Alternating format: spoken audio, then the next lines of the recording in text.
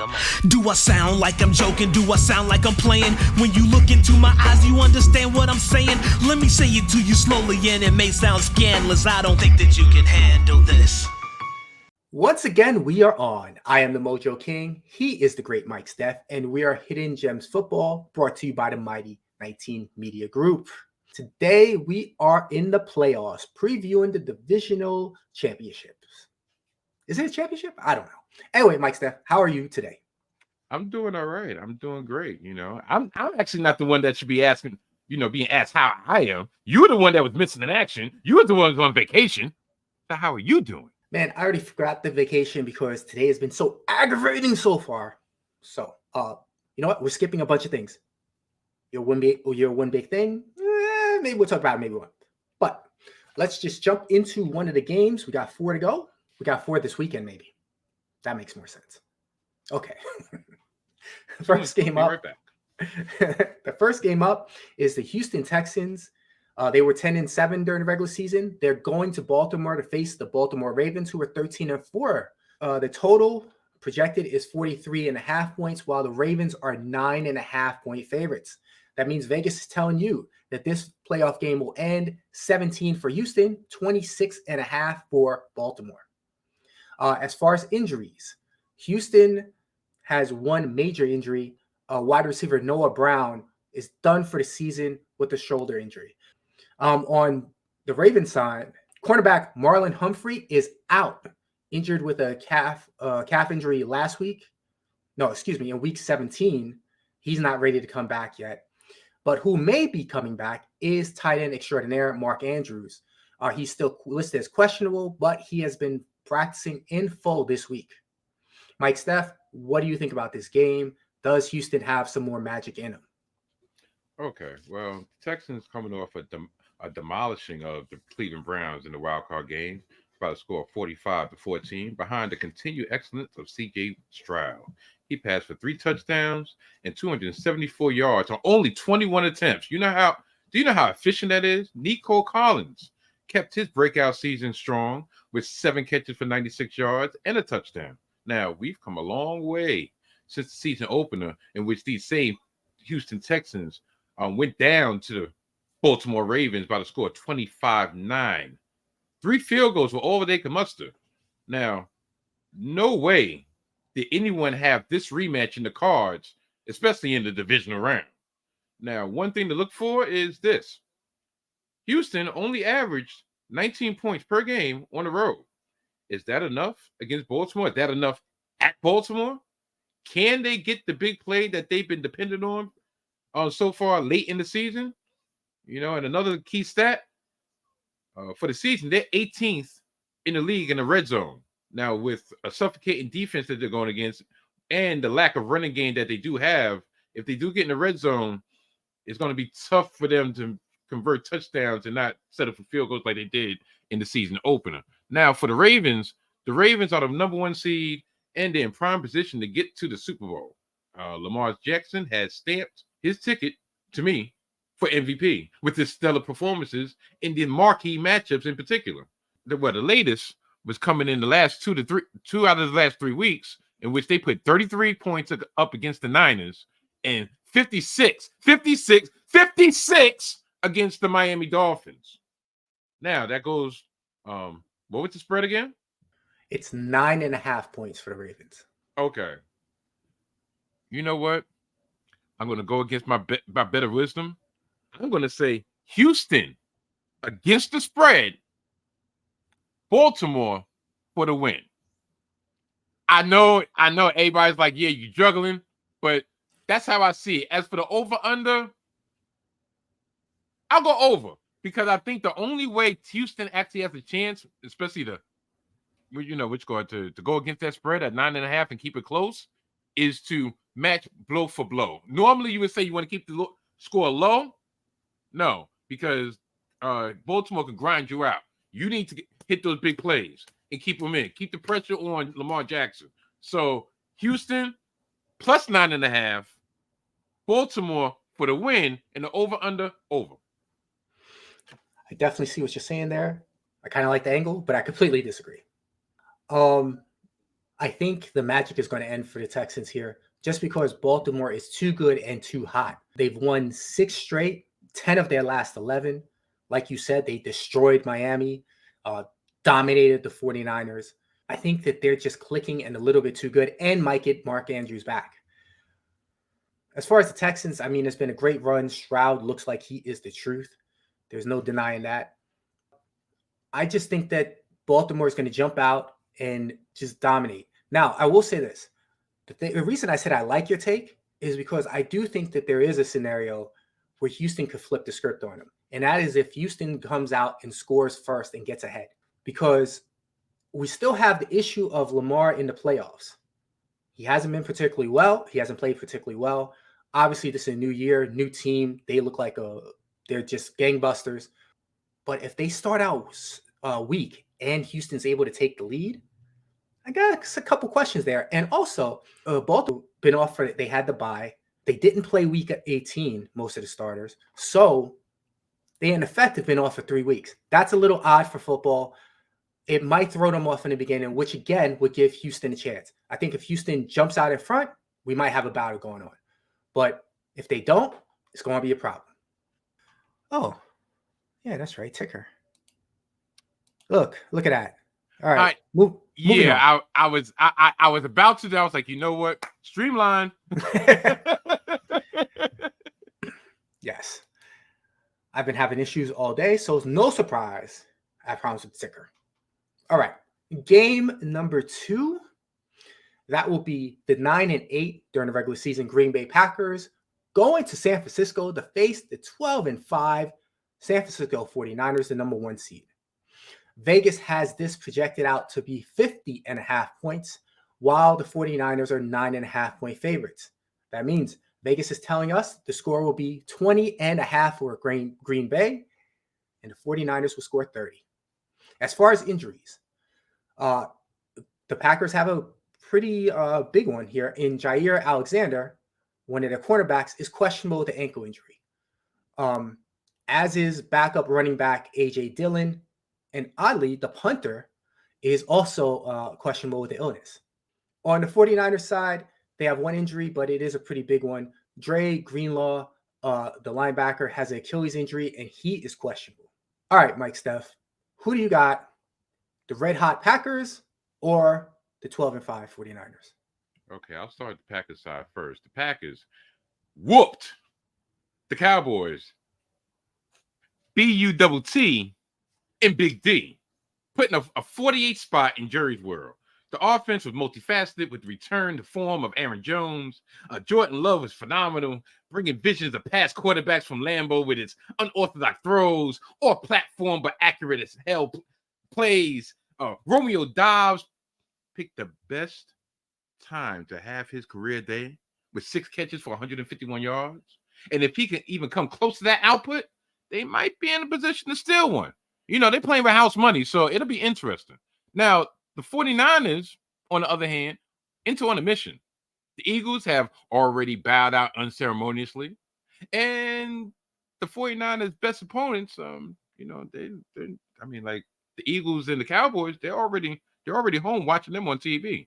So if they don't look too far into the future, this might be if they don't look too far into the future at a possible Super Bowl berth, this should be easy money for them. Now, the 49ers have dismantled the Packers in recent years, but that was also when they had Aaron Rodgers on the center. You know, CMC is coming in to this game. You know, he was kind of gimpy toward the end of the season with the calf injury, but as Mojo just said, he ain't on an injury report. That means he's ready to go. And it has been seen that if they have all their weapons, or shall I say, if all their weapons aren't up to snuff, Brock Purdy is prone to mistakes. But if they have their full assortment of weapons, Brock Purdy is an assassin. Now, even when he isn't, even when he isn't up to snuff, you know, that interception is always lingering, as for like the 4 against the Ravens proves. And he had all his weapons that day. So, say all that to say this. The Packers, Do I believe they're going to get blown out by 9.5 points? It's a possibility because 49ers have given it to everybody, but Baltimore. But at the same time, Green Bay has nothing to lose. And that Jordan Love I saw in Big D, that looked like a different Jordan Love. So, against my better judgment once again, and yeah, I'm going to split the difference. Sue me. Packers plus 9.5, 49ers for the win. And that over-under, you know what? I'm going to go over in that too. Because once again, if Green Bay is going to win, they got to bring the score up. Because they got to go blow for blow. Because I don't have that much faith in their defense to hold 49ers under 20 points. So it's going to be a high scoring affair if my prediction comes true. Again, I like where you stand. And I think I might be with you on this one. All right. First, you mentioned Jordan Love. This was an interesting stat I came across. Last 9 games, 21 touchdowns, 1 interception. Now, as far as I had mentioned over the weeks that I thought Jordan Love, when he was on, he looked spectacular. And when he was off, he looked like he didn't belong in the NFL. But it hasn't happened in the last 9 games, that's for sure. The 49ers, on the other hand, they've lost 2 of their last 3 games. Kind of didn't matter. They had already sewn up everything. Prior to that, they had won 6 straight, and all of them by 12 or more points. So what does that add up to me? I don't know. Because Jordan Love, to me, could actually make this game, could actually pull this out for them, or he could implode. And the 49ers definitely have the defense to make a quarterback implode. When it comes down to it, I actually have a better bet than any of the spreads or the over-under if you think the 49ers are going to win, just if they're going to win. Brock Purdy, when he's thrown 30 or more times, the team is 1-4. They beat the Giants, but they lost to Baltimore, Seattle, Cincinnati, and Minnesota, all when he's thrown 30 or more times. So what I like San Francisco to win. Much like you said, I think I would take Green Bay with the 9.5 points, but I'm just going to take San Francisco to win, and I'm going to add it to Brock Purdy attempts under 30.5, which is where DraftKings has it right now. Okay, prop bet city. Okay, I like it. Hopefully, I can remember this because I'm on like a couple weeks losing streak. Sure, I had to replenish the deposit way too many times to my displeasure. Hey man, you keep going with those lottery parlays. One day you'll hit and be rich. Listen, lack of glasses cost me 1 parlay. I don't know how Anyway. Wait. Your lack of glasses almost cost us our friendship. If you know, you know, which I won't know because it's a PG program. I can't even do that. Let's just say this wasn't what came up on the screen.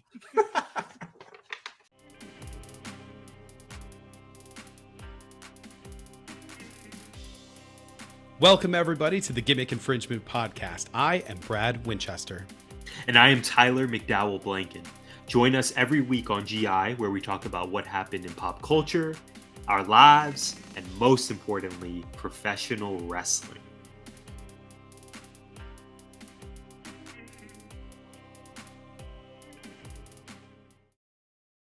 All right, we're going to move over to the Sunday games, and we still got some interesting matchups. I love this weekend's matchups, by the way. The Tampa Bay Buccaneers, they were 9-8 during the regular season. They're heading to Detroit to face the 12-5 Lions. Here, Vegas has the projected total at 49.5 points, and Detroit at 6.5 point favorites. That means that the score would be 21.5 for the Tampa Bay Bucs and 28 for the Lions. As far as injuries, Tampa Bay has one significant injury. Chris Godwin has a knee injury. He's had a knee injury lingering for the last few weeks, but he's also scored in 2 of his last 3 games, so I'm assuming he's going to play. I'm sorry, that was on offense. They do have a couple problems on defense. Linebackers, Yaya Diaby and Shaquille Barrett are both injured. No updates on how sure they are to play. Just have them questionable right now. On Detroit's side, the only starter that they have an issue with is Sam Laporta, who is questionable because of his knee injury. If you remember, a couple weeks ago, he was carted off the field, but he played last week, so I'm assuming he's going to be good to go this week. Mike, Steph, what do you think about this one? You know what's so funny? Because I'm debating in my mind. I'm like, am I ever going to go in depth on this game, or am I going to save all my ammunition for the finale? The Bucks, yeah, they're fresh off the thrashing off of those fraudulent Eagles this past Monday night. In the wild card game, beating them to the tune of 32-9. Baker Mayfield at this time is playing phenomenal ball. You know, getting everyone involved, pushing the ball down the field consistently. And one question: how much of that success was due to them executing at a high level, or was it the fact that Philly's just a washed-up team that had one eye on the offseason? 426 total yards by the Bucks, which had 337 yards passing by Baker Mayfield. Do you know Baker Mayfield actually has a winning record in the playoffs for his career? Did you ever think about that? Yeah, I know that the sample size is only 3, but still, he's 2-1. And that loss was against the Chiefs. So I'm just saying. Now, for the Lions had an emotional 1-point victory against the returning Matthew Stafford for their first playoff victory in over 30 years. Jared Goff was effective and efficient for 277 yards on 81% completion rate. Amon-Ra St. Brown, yeah, that's the name. He has 7 catches. Another interesting stat. Himbo, yeah, I'm coming for you. Look, you stealing a lot of things from. Look, okay, 7 catches, and all 7 of those catches were for first downs. So, will they ride this tidal wave of momentum to the NFC Championship game? And is this actually one of the greatest turnarounds in recent NFL history, from a has not to a championship contender? So, with all that being said, now Tampa Bay. As a matter of fact, you know what? Detroit for the win. Detroit covering and over under. I think I'm gonna go under. So yeah, I'm just gonna keep it short and sweet because we got the main event coming up. But like I said, I find this one interesting just because of how good Tampa looked last week. I forgot to mention it during the Houston preview. I felt like although Houston looked very dominant, some of those things were a little quirky that can't really happen again. You know, 2 pick sixes, a 5-yard pass that becomes a 76-yard touchdown to a tight end of all people. Tampa just looked dominant, and they've now won, I believe, 4 of their last 5. But Detroit has also been playing very well, and and they're 12-5. So they've won 4 of their last 5. I am taking Tampa with the points plus 6.5, not because I have very much confidence in them, but just because I don't have as much confidence in the Lions as I do some of these other teams, and I think that the Tampa Bay could play them close. And I will go under with you because, like I said, I kind of don't trust either team that much. But the thing that is interesting is that Detroit's offense, as far as points, was ranked 5th, but their defense was ranked 23rd. Out of all the playoff teams left, they are the one that has the real deficiency on defense. So that is the main reason I think that I will probably be betting against the Lions. Final game of the week. You ready for it? It is the finale, and it is well worth it. The 11-6 Kansas City Chiefs are facing the 11-6 Buffalo Bills in Buffalo. The total is expected to be 45.5 points, and the Bills are 3-point favorites. That means Vegas is telling you the score will be 21.25 Kansas City, 24.25 Buffalo. As far as injuries, on the offensive side, the Chiefs have Kadarius Toney questionable. I think he hasn't played since week 17, so I assume he's probably not going to play again. On the defensive side, defensive tackle Derek Nottie has an elbow injury. He hurt in the first quarter last week, and he did not return. And meanwhile, linebacker L'Jarius Sneed has a calf injury, but he did play last week, so I think he's going to probably be available. I don't know about Nottie. On Buffalo's side, they have some issues here. They got banged up last week. Gabe Davis is out with the knee injury. Stephon Diggs has a foot injury, but will likely play. On defensive side, linebackers Dotson, Bernard, and Johnson are all questionable. Terrell Bernard, in particular, left the game last week in a cart. I would assume he's not playing. Dotson looks likely to play while Johnson is in concussion protocol, so we'll wait and see how that goes. And cornerback Rasul Douglas has a knee injury. He's limited. And I have to mention that several of their backups are also hurt. So we might be looking at third stringers on defense. Mike, Steph, what do you think about this game? Well, I'll start with the Chiefs. The Chiefs beat the underachieving Dolphins in a deathly cold conditions up in Kansas City, up in Arrowhead Stadium, to set up this first ever road game in the career of Patrick Mahomes.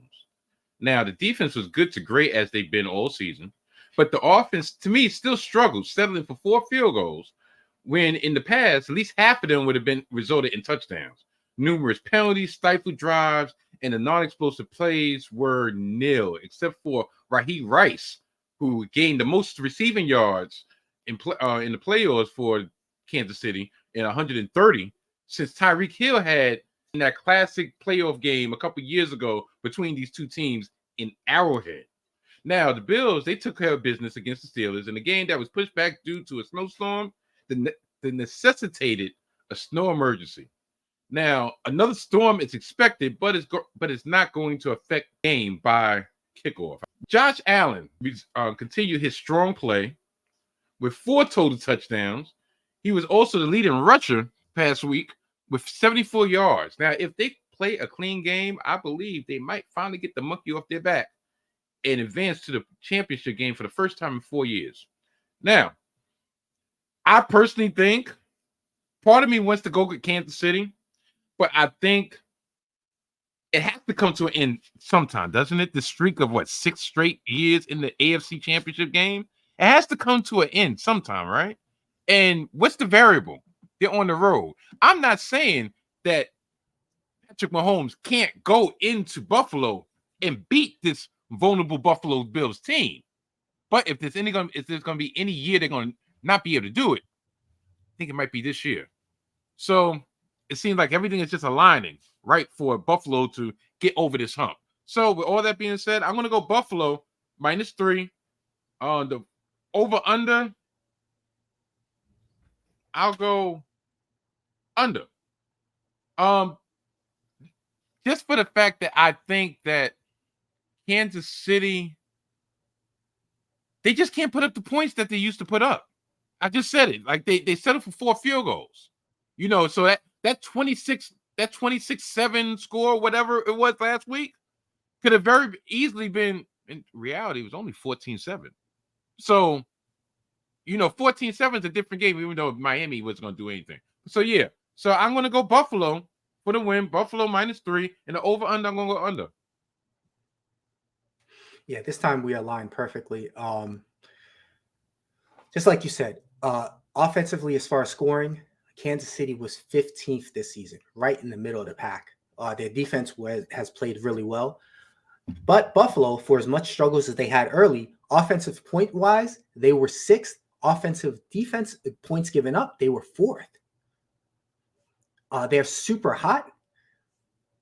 I just think that they are the better team right now.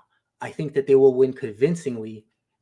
I actually have the score projected out in my head, as far as my calculation, 17-27 Buffalo. Now, the thing I will say, the only thing that worries me about Kansas City is that even though they're not aging, they remind me of those old warhorse teams that they shouldn't be there, but they still might do something. I think about the old Yankees when they were all aging and they were aging out and they looked like they should have been done and they were not really scoring much, but still they cranked out a World Series. Or the Brady teams that they didn't look like they really had their top pinnacle stuff, but Brady's still Brady. And Mahomes is still Mahomes. But the reason I'm siding against them is because even though Mahomes is Mahomes, there's been a couple of times this season that has come down in his hands. and he hasn't been able to find an open receiver to make it happen. And I feel like that will be the problem here with Buffalo being so good. My only other fear is their defense right now, because the Buffalo's defense, because they're so banged up. But I don't think, just like you just laid out right now, normally that would be a problem, but with the lack of big playability with Kansas City, they're not going to be able to take advantage of that as they would have done in years past. So it kind of evens the playing field. Like, all right, they're banged up, but your offense can't take advantage of my banged up defense. Yeah, no, I agree with you. That's the reason I'm definitely on your side on this one. All right, Mike Steph, it is time for me to run and get my little man. So you can sign us out, please. Okay, this is like the super duper edition of Hidden Gems Football.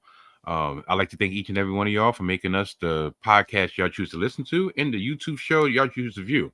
It's going to be short and sweet this week. Like you say, you got to pick up little man. So with all that being said, Hidden Gems Football. Goodbye. Bye.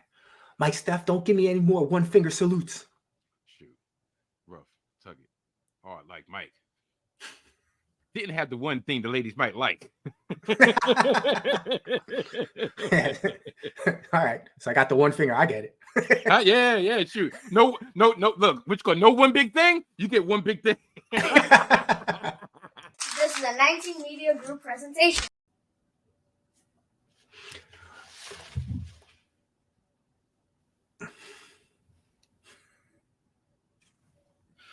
Oh, forgive me. I'm sorry. Yeah. Me and Stitch were just having a conversation. That's all. Yeah.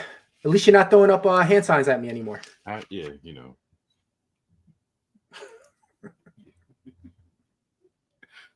Don't mind us. We bonded over the week that you was gone. That's all. Ride a shotgun. Yeah. I'm just saying.